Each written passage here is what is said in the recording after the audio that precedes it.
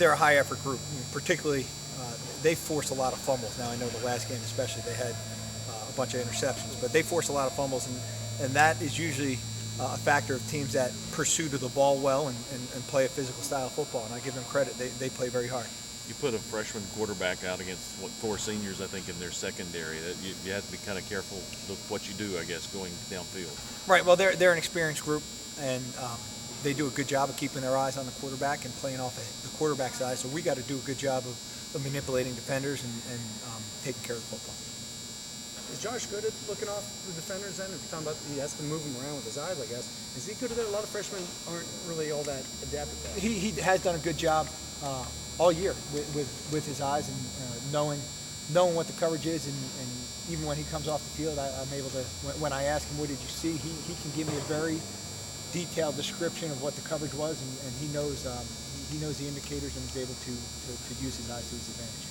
Jake, Josh was saying yesterday that he feels like he's seeing signs of development each and every day on the practice field. Are you also seeing those signs? I do, and I have since day one with all the guys.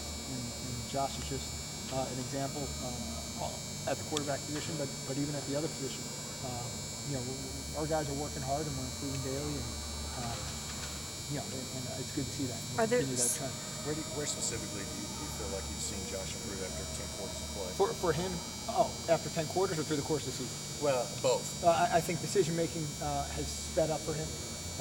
Again, his vision has improved with the increased reps he's gotten in practice. Mechanically, he's doing a better job with ball location, and has a little bit more zip on the ball with what he's been able to do, particularly with his lower body. Juwan James said yesterday that for whatever reason they couldn't identify it when watching film, but the offensive linemen have never quite played up to the highest level that they have the ability to. Do you see that, and why do you think they haven't been able to kind of gel? Well, I don't know if it's a factor of them not gelling as much as we all have high expectations for this team. We all have high expectations of ourselves, and you never. I don't think any competitor is ever happy with their performance. If you make one mistake, that's enough to leave a sour taste in your mouth. So those guys have done a good job, and they just want to be perfect. And, that's our goal as football players and coaches. Mike, it seemed toward the end of the Auburn game you were finding some things in the running game. Did you feel that way, and have you kind of worked on that through the bye week? Boy, Auburn feels like months ago. Let me think about this for a second. Yeah, and again, that's I don't know if it was towards the end as it was again throughout the course of the game. It's a factor, I think, of just our guys playing a physical style of football, and being able to keep, as we say, pounding the rock and just keep making hay, and eventually as you keep grinding, a couple will square through there. So there were no changes then? There were no changes? Schematically, you're saying? Yeah. Or, no, there's always changes throughout the course of a game. But nothing major, nothing earth-shattering, or we were not reinventing the wheel. Mike, when the last bye week, you guys talked about how Marquez North took a step, and it's shown obviously on the field. He's almost doubled, I think, the production last 5 games from first 5. Have you seen another step this week from? Marquez is one of those individuals, kind of like we were talking about a second ago with Josh, who really has made great strides throughout the course of the season, and it's visible from little things like his breaking points. It starts with him, with his desire to be the best he can be. He's very driven, and he is hard on himself when he makes a mistake. He's hard on himself when he doesn't perform a technique to his standard, and it's good to see. He's a very conscientious guy, and I think in the long run that's all going to pay off for him. Has that helped Josh Smith, maybe being around a guy like that? Competition in general is always good, and I know they're playing on different sides, but I think everyone wants to be the best at their position, and they're always comparing themselves to one another. So the more competitive we can get positionally, the better off we'll be in the long run. Anything else?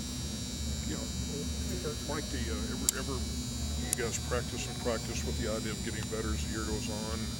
From an offense, when you lose your quarterback, how big of a stumbling block was that as far as the offense getting better and improving? Look, timing is an issue, and sure, it's 2 steps forward, 1 step back, but by no means is it 2 steps forward, 3 steps back. You're still making progress, and you're able to gain that timing pretty quickly. So It wasn't a huge impediment.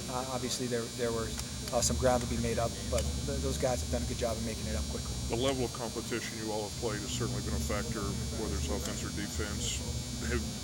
So maybe people on the outside might not see, improvement as much as you guys have. What do you see on the inside that people on the outside don't see? Just particularly our young guys really coming along. We mentioned Marquez, we mentioned Josh Dobbs, we mentioned Josh Smith. Even Alton Howard is a different player than what he was back in the spring and back in training camp. A lot of it is physical, but also some of it's mental. They understand the expectation. They understand the expectation on the field and also the expectation off the field when it comes to meetings and watching video and the level of knowledge that we're requiring our guys to have. Okay, thank you.